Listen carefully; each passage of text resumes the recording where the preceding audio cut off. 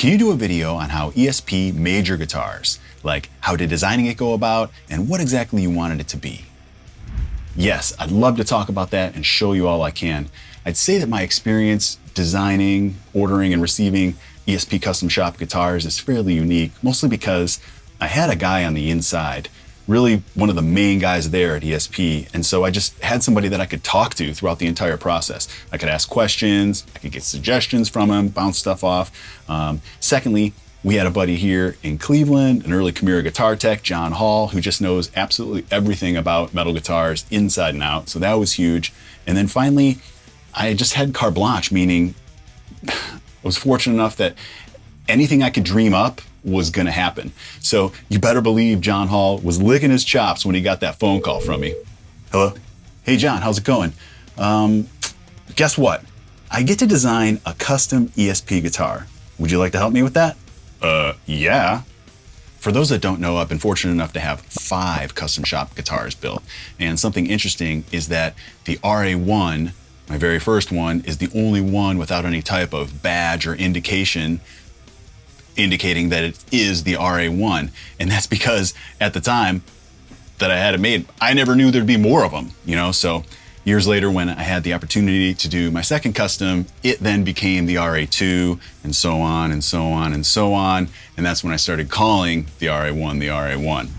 I've done individual videos on each of the RA custom guitars, except for the RA4 here, but I've still got tons of content showing this one off and talking about it. But because I have those individual videos, what I've decided to do here is put together one big montage of those videos. But I've cut them up, got rid of any filler stuff, and kept only what I thought was the best and most interesting parts about each guitar. I show them off, talk about them, play them, all that good stuff. I answer the opening question about how I go about ordering the guitars specifically in my video on the RA5, which is the last one in order in this video because I go RA1, RA2, RA3, RA4, RA5. And in the RA5 video, I happen to break out the actual order form that I would use to order these guitars and can take you through all of that. So make sure you stick around all the way to the end of this video so you can see all that for yourself. And if you don't, I'm gonna be pretty upset. And if you see anything in particular about any of the guitars that you'd like to hear and see more about, you can always watch the full in-depth video, which I'll have linked for you guys in the description below. And I'll also have chapter markers set up so you can jump around anywhere in the video if you like. So to kick things off, let's get started with a little story about how I and Camira started our relationship with ESP Guitars back in 2001 by watching a little excerpt from Everything You Love episode 5, where I relive that memory. Joseph Cool on Instagram asks, how did you come to start playing ESP guitars? How did the endorsement come about? Right before Camira went to LA from Cleveland to record Pass Out of Existence, Mark and Jim flew out there to meet with our new manager or something, and they ended up hanging out with Stefan from the Deftones, Be Real from Cypress Hill, Dino from Fear Factory. And they all hung out one night, and all those guys, they had heard some early demo of Dead Inside, and Stefan was like, hey man, I like this stuff, he said to Mark and Jim. And he said, hey, what kind of guitars you guys playing? And Mark's like, oh, we're playing Ibanez or something at the time. I think maybe Mark had a Schecter. And he goes, well, yeah, I'll hook you guys up with ESP guitars when you come out. Just give me a call on your way out. So sure enough, we're a couple hours from LA, driving out there in the van with, actually, before we left, we went to Guitar Center and bought all new gear. And Jason and I wanted to buy guitars, and Mark kept saying, no, let's see if Stefan will come through. Let's not spend any money on guitars here. Let's just see what happens with Stefan. So we're like, all right. So we head out that way. We're a couple hours away from California. Mark calls Stefan and says, hey, we're going to be there soon. You said to give you a ring, maybe about ESP guitars. Stefan's like, all right, I'll call you right back. Sure enough, he calls back in 5 minutes. He's like, all right, I just spoke with my guys over at ESP, and they want you to show up there at the warehouse tomorrow at noon. And we're like, okay. So we go over the next day, we arrive at ESP, meet the ESP guys, awesome guys. And, they invite us in, shake our hands and say, hey, well, let's take you back in the warehouse and see what you want. And this whole time, we're just like, what's happening right now? This is insane. We go back into the warehouse. There's just shelves 2 stories high from what I remember of just different guitars and everything. They're like, go ahead, guys, take what you want. Why don't you guys start with a couple each, and we'll go from there. And we're like, all right. So each of us just picked out whatever 2 guitars we want. And this is Jim, Hagar, myself, and Mark. So we picked out 8 guitars that day. And on the way out, they said, give us a call and we'll start talking about some custom guitars. And we're just like, all right. So it's seriously insane that that's how it happened. From there on, we've just had this amazing relationship with ESP. Thank you so much to you guys over the years who have hooked us up, and every instrument is made so well. They play like butter.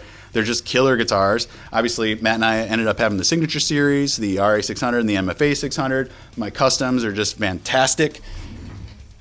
And it's just a dream come true. Thank you so much, Stefan.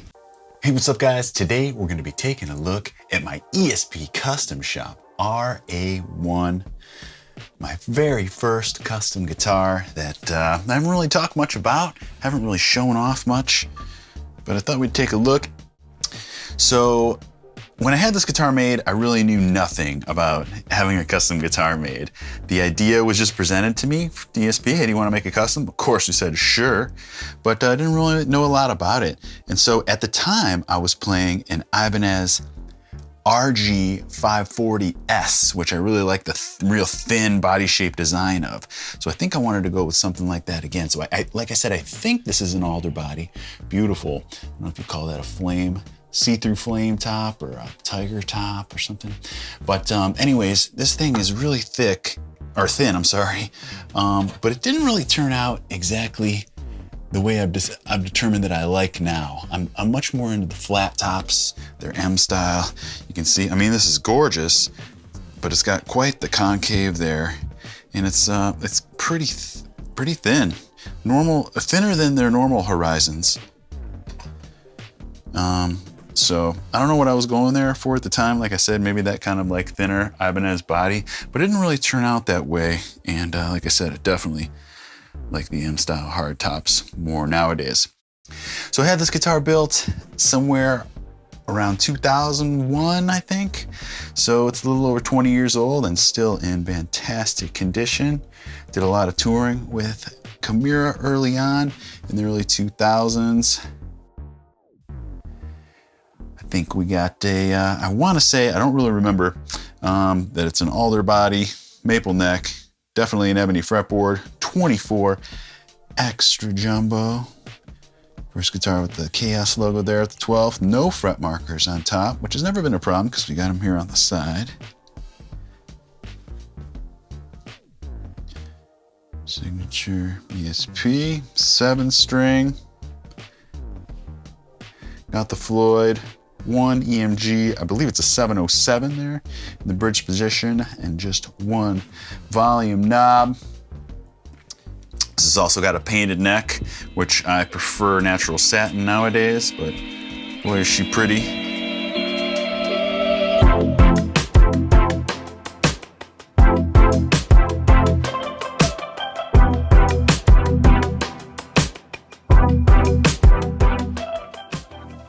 You know, this is what a Thursday afternoon's all about. Just working on guitars. Am I right or am I right? All right, let's clean this guy up here.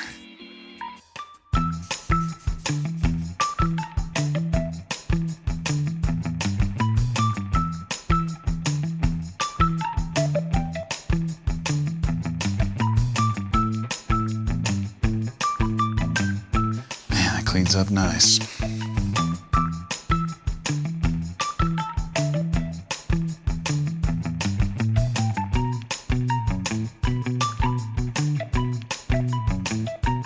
The Nomad, if you're not familiar, get familiar. It gets under the strings, comes with the second tool, gets in between all these guys with the strings on. It makes it just a breeze. I recommend that. Link in the description.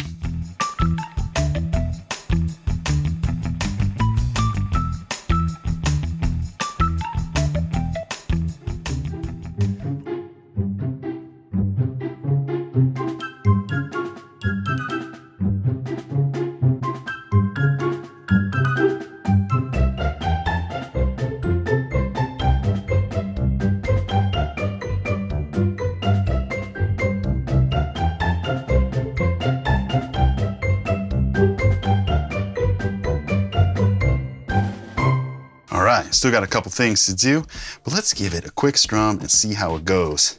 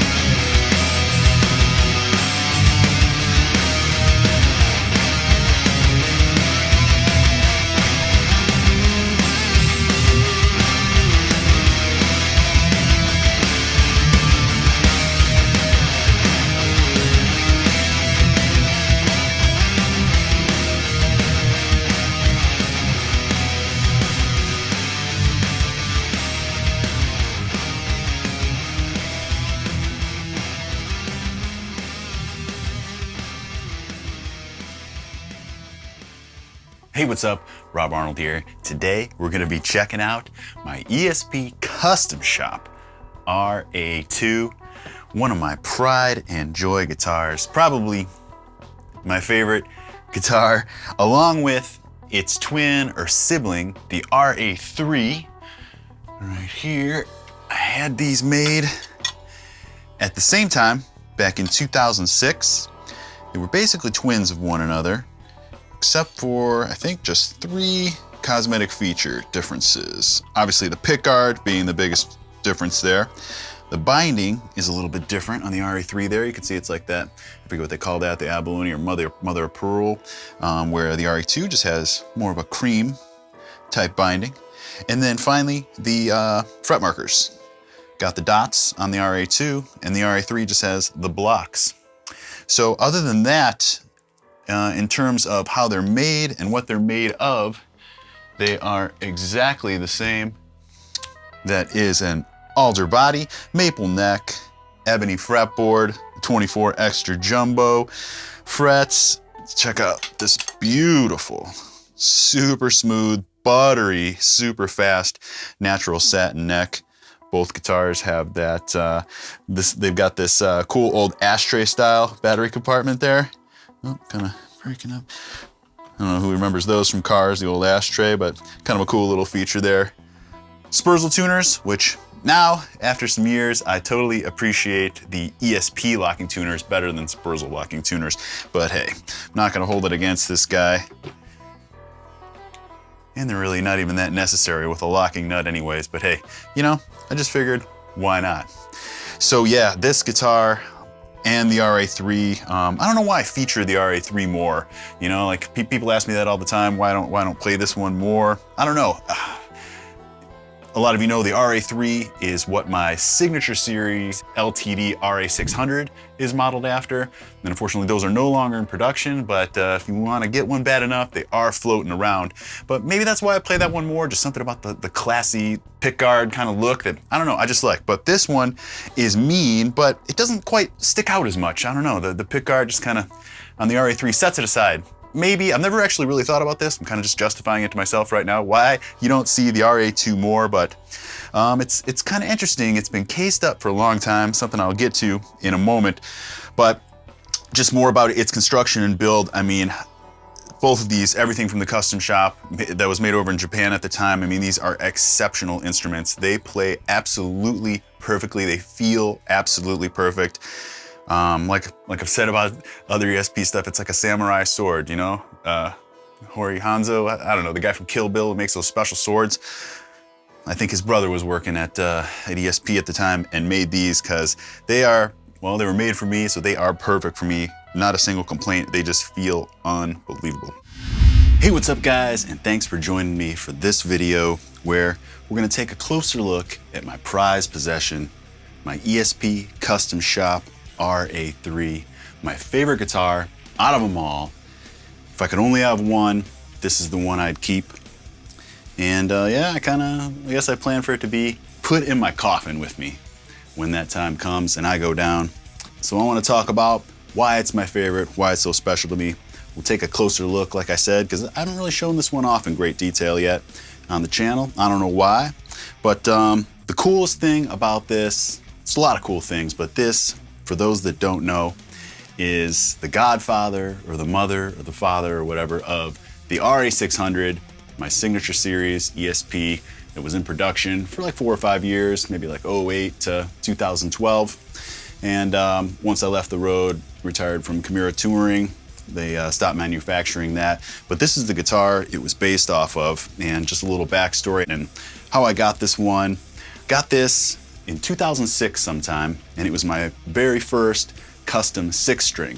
I actually got 2 of them at the same time, the RA2 and the RA3. And I had to name one the RA2 and one of them the RA3, and this happened to get the RA3, maybe because I was a little unsure about the pickguard option, but it ended up sticking. Funny thing too, so my very first signature series custom shop ESP was the RA1, my 7-string that I got in maybe like 2002, something like that. And that took about a year, maybe 10 months, somewhere between 10 and 12 months to be just made from scratch and delivered, which is a long time, but I came to realize that's kind of the norm. Anytime you order a custom shop from any company, you know, it's usually, they quote you about a year, and I hear it's even longer nowadays, you know, all the production backups and things like that. So that's a shame you have to wait so long. But anyways, Matt DeVries and I, he got his custom 7-string, the MFA one. I got mine, the RA1, and we were like, all right, when it comes time to order our next ones, which we didn't order for another 4 or 5 years, we said, let's order 2 of them at the same time and see if we can trick the system a little bit. And it worked. We ordered them, it still took like 10 to 12 months, but we each got our 2 new customs, mine the RA2 and the RA3 at the same time, and opened them up to, you know, it was just the best day ever to see these things. They are absolutely perfect. A couple years later, or within a couple years, we got the offer to do our signature series, and I had to choose between the RA2 and the RA3, which was I gonna base my signature series off of. And I went with the pickguard design because I just love the class of it. I thought it looked classy, but yet metal, you know, which is kind of what Kimura is about, you know? We're heavy, but I'd like to say we still have a little class to us. And that's what I liked with this guitar. I've heard, of course, from tons of guys over the years, oh, I love the non-pickguard version and stuff. But like I said, I had to choose one, and I never got the opportunity to make a second one, or you know, they have the option or whatever. So if I did have that option again, I hear all you guys, and I think I would do a non-pickguard version as well. But obviously a lot of people like the pickguard too, and these things sold really well, and I love hearing from everybody who's a part of the RA600 family. I love how they're still in high demand. Guys are trading them, buying and selling them all the time. So that's awesome that they're coveted, and you know, I'm honored. Who would have thought? I never would have thought that growing up, that one day I'd have a signature series guitar that people liked and that I love. You know, even if no one had one, just for me to have one was still just a dream come true. And now to have just all these guitars, truly blessed and grateful. But let's talk about this guy here. What I'm gonna do is just take you through it a little bit, then I'm gonna restring it. I won't bore you with that entire restringing process, as I have multiple videos on the channel where I go through my entire method step by step. So please dig into those if you wanna hear me talk about how I change the strings and everything I do each step of the way. But so let's take a look at this. First interesting thing is this is a see-through finish, which a lot of people ask me about, which one is your red custom? Now the RA5 is red, but they're talking about this guitar, the people that have asked that, because it's got an interesting finish where it looks different colors under different lighting conditions. And definitely red is the most prominent under certain lights that it looks. And you see the picture that I got on the screen here, it looks like a red guitar, but that is this guitar right here. It just happens to be the way the light is shining on it. The finish is just totally killer. It's just a really great piece of wood. Same with the RA2. And then typical stuff, ebony fretboard that just feels fantastic. It's a really nice piece of ebony. We've got this, I don't know what they call this binding, abalone or mother of pearl or something. Single 81 in the bridge position. An original Floyd Rose. Super cool, kind of 3D looking ESP logo there, the signature in the RA3. Body material, alder, 24 extra jumbo frets. Custom Chaos logo at the 12th fret. This guitar has locking tuners, the Spurzels, and finally the ashtray push 9-volt battery cavity here. This neck here, this finish, this feels like it's like a, you know, just a see-through, but it feels glossy, but it's still smooth and incredible feeling. But what I was unsure about is maybe this has just happened over time. Maybe at first it was more of a natural wood feel, but now it's this gloss feel, and it just happens from playing over years. And this guitar has played hundreds and hundreds and hundreds of shows across the world. I've taken it to Europe a bunch of times, and it's still in fantastic condition for being a 2006 and for being in and out of as many clubs and trailers and cases and everything that it's been through. But yeah, this thing is just a monster. It's got a feel unlike any other guitar. Now, all ESPs and all LTDs feel fantastic, and I can use them like a Swiss Army knife, any tool. I don't know if I used that analogy correctly there, but anyways, I could use any of them anytime. They're all fantastic. But this particular one has a special feel to it that I just can't describe. So many songs have been recorded on it. Like I said, it's just my go-to. It's absolutely perfect for me in every single way.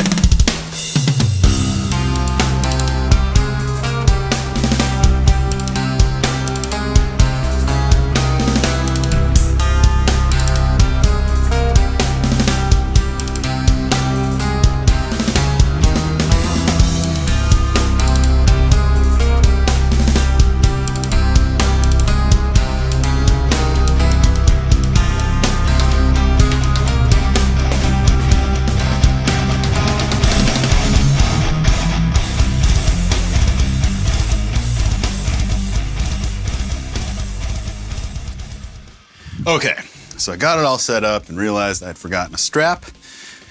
So get the strap going here.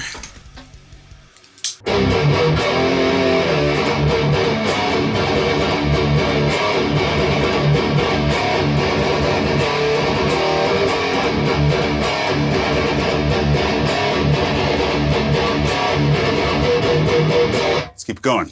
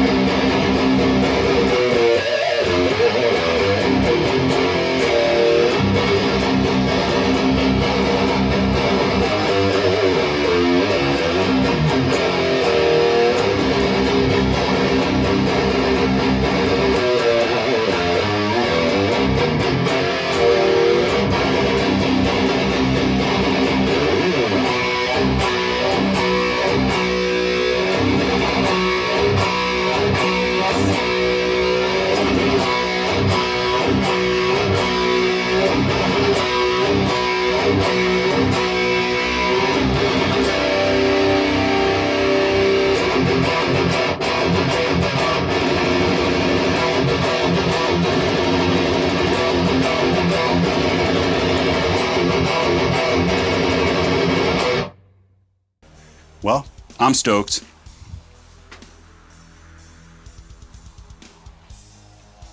Yeah, that's it. I'm stoked.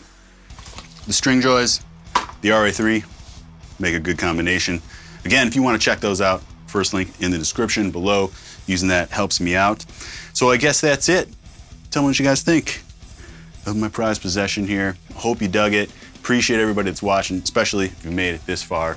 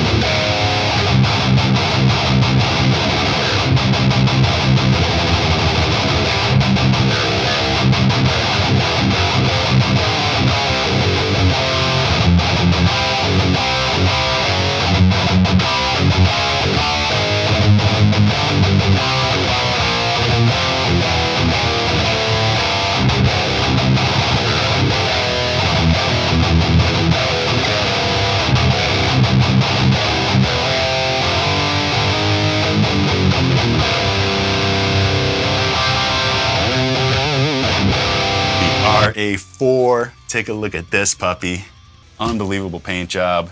That's what makes this thing really stand out. Look at it across the pickup. Even the pickup ring is painted. Just so dope. For this, the RA4 and my RA5, again, this one, I don't know why I've never made a dedicated video on, but I have on the RA5, which is the same Strat style body and Strat style headstock, which was kind of new to me. And after getting these, I realized I don't like these type of headstocks quite as much.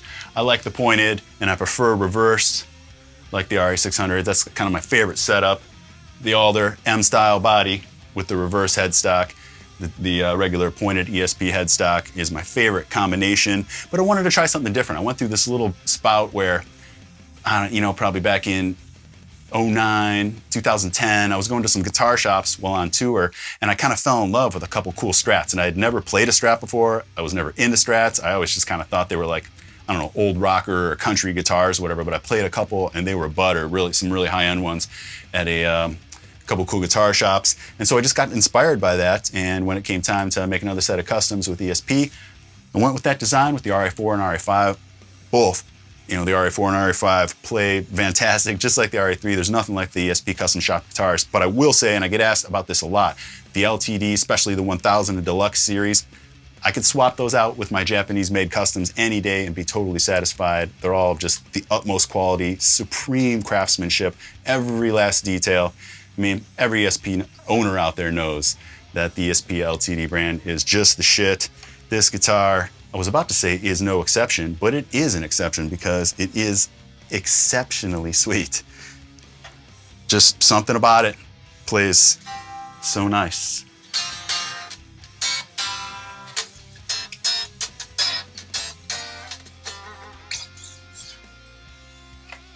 Show that up closer. It's got a couple battle wounds, which really bother me. I like my stuff to be pristine. And it was like, that particular chip right there happened like day 2 after I had this thing. So it's just heartbreaking when that happens. So anyways, this is gonna be my second drop C for the show. One last up close look there.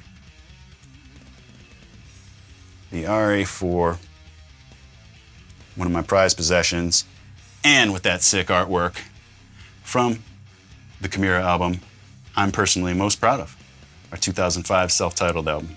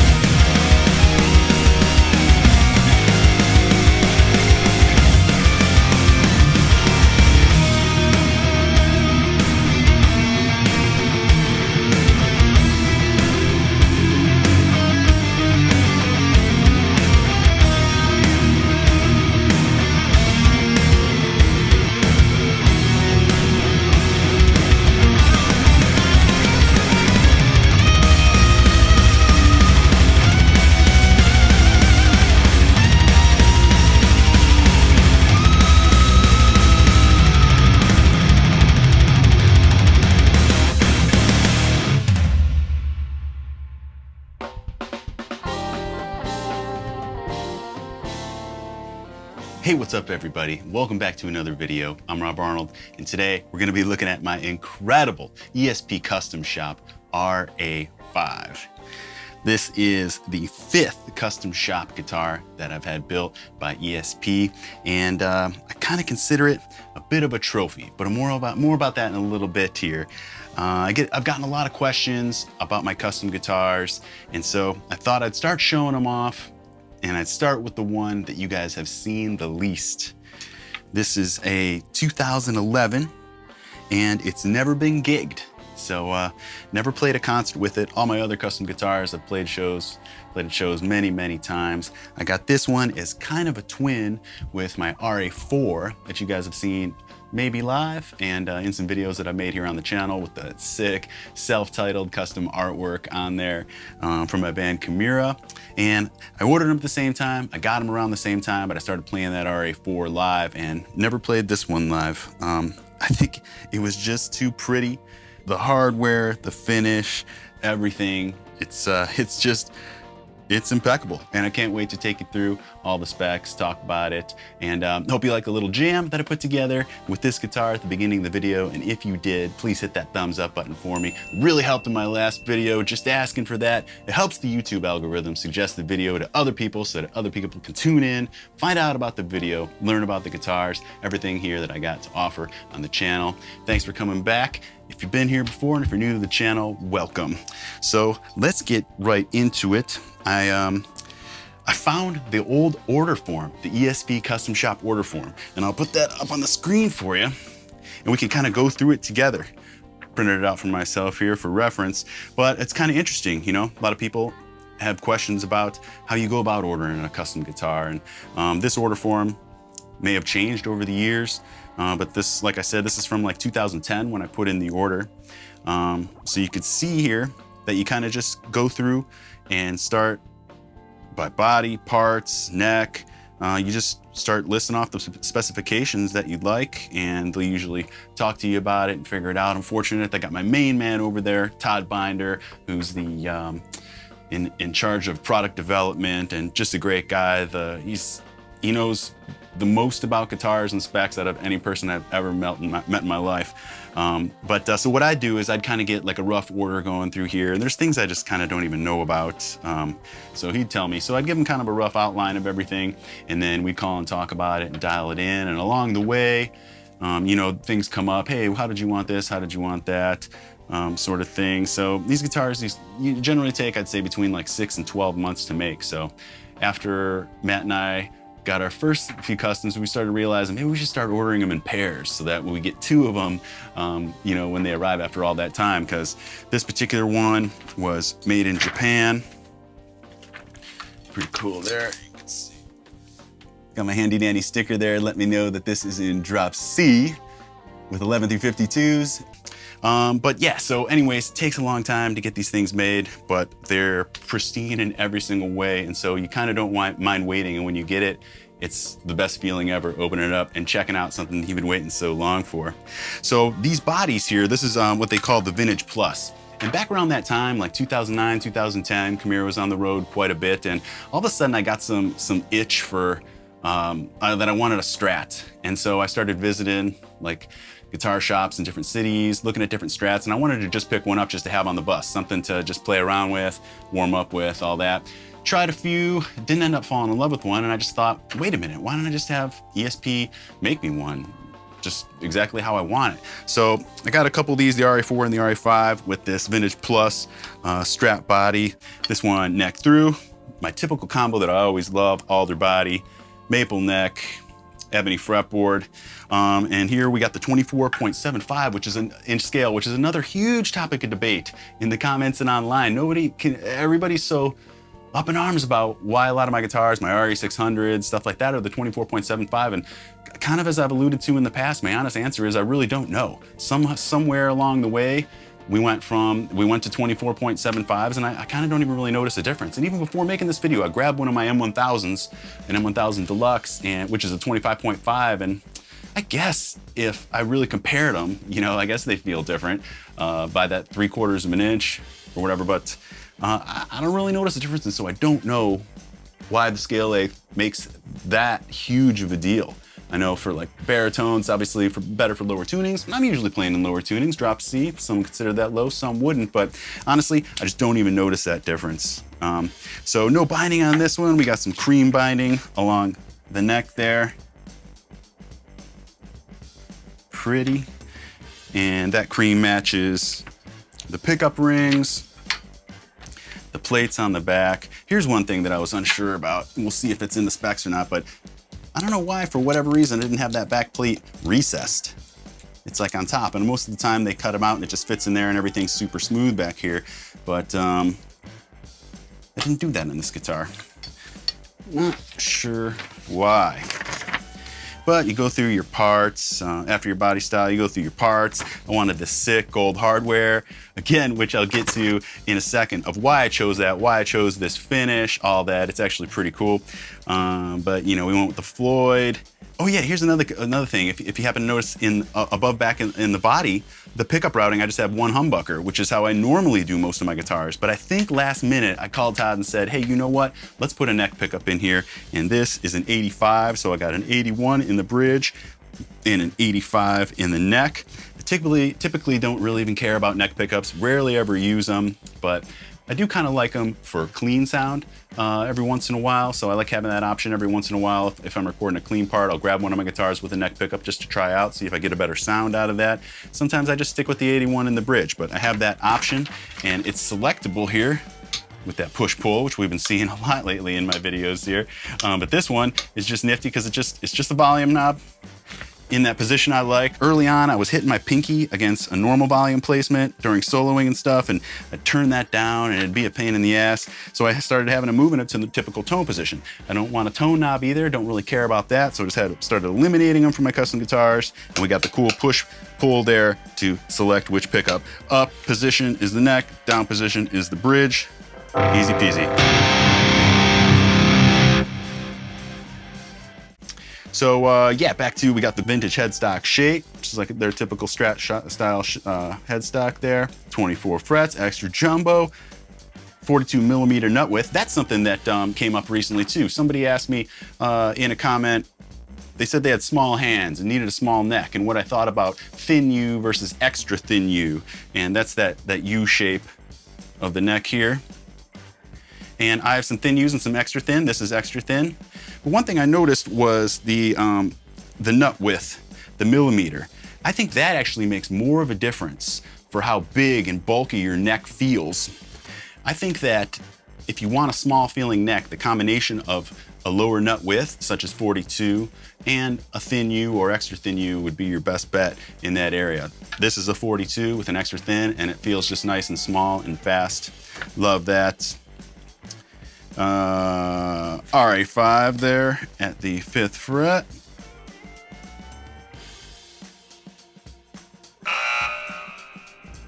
Natural gloss, natural satin.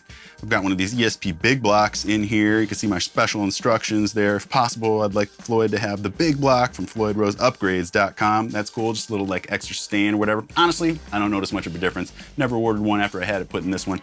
Don't really care. And then an ashtray battery compartment. That's super cool. It's kind of like an old school ashtray, like you know, cars used to have. Certainly don't see those anymore. But yeah, so let's talk about it. I want to talk about why this is a trophy for me, why this guitar is so special to me, why I chose this finish. It's actually pretty cool. It involves Megadeth, and I can't wait to tell you about it after this short commercial break. So stick around. All right, so a lot of you know I'm a huge Megadeth fan.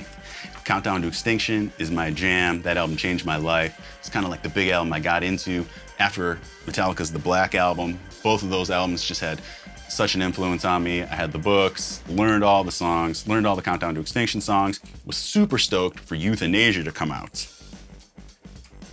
You guys remember the Euthanasia record? Anyways, during that cycle, Guitar School magazine, see if any of you guys are old enough to remember this magazine right here, the Guitar School featuring Dave and Marty there.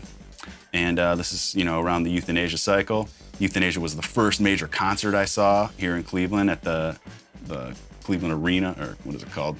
Cleveland State University Arena, like Wolstein Center, something like that. Anyways, super killer, had a massive impact on me. Knew I wanted to do that for life after seeing that concert. But from this magazine and seeing Dave play this guitar, I was in love with that guitar, that badass Jackson King V there. And I've never been a V guy myself. Like, I love them. I love seeing other guys play them, but for me, they're just not the style I like there. But look at that. That cherry sunburst, the gold hardware. I just fell in love with that guitar.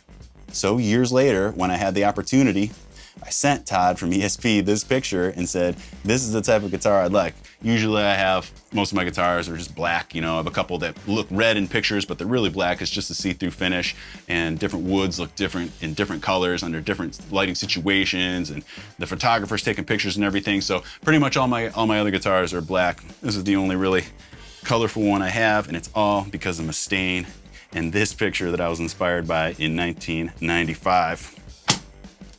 Definitely cool. Let's take a closer look. Natural satin neck there. Just smooth and fast. We looked at the back of that headstock there. We got the gold spurzels. Super nice. I forget exactly what they call this. Something about a tuxedo paint job there. How that neck through comes into the body and how they do the paint there. But I mean, I'm sure the cameras don't do this finish justice, but it's just absolutely money. So what I forgot to mention about why I thought it was a trophy and kind of why I never really played it live, and it's one of these ones that I just kind of, you know, set in the rack and just stared at and maybe use around the studio, is because of what it meant to me. That being that 15-year-old kid at that Megadeth concert and seeing Dave playing that guitar and being so inspired by it, and then to have one built for me, my own, is my trophy in life and a sentiment to the accomplishments that my band Chimera, what kind of a career we had and all the awesome things we did. And so for some reason, I'm just absolutely extra proud of this guitar. And I mean, I take care of all my guitars, but I kind of treat this one with white gloves, if you will. But give it a couple rips here.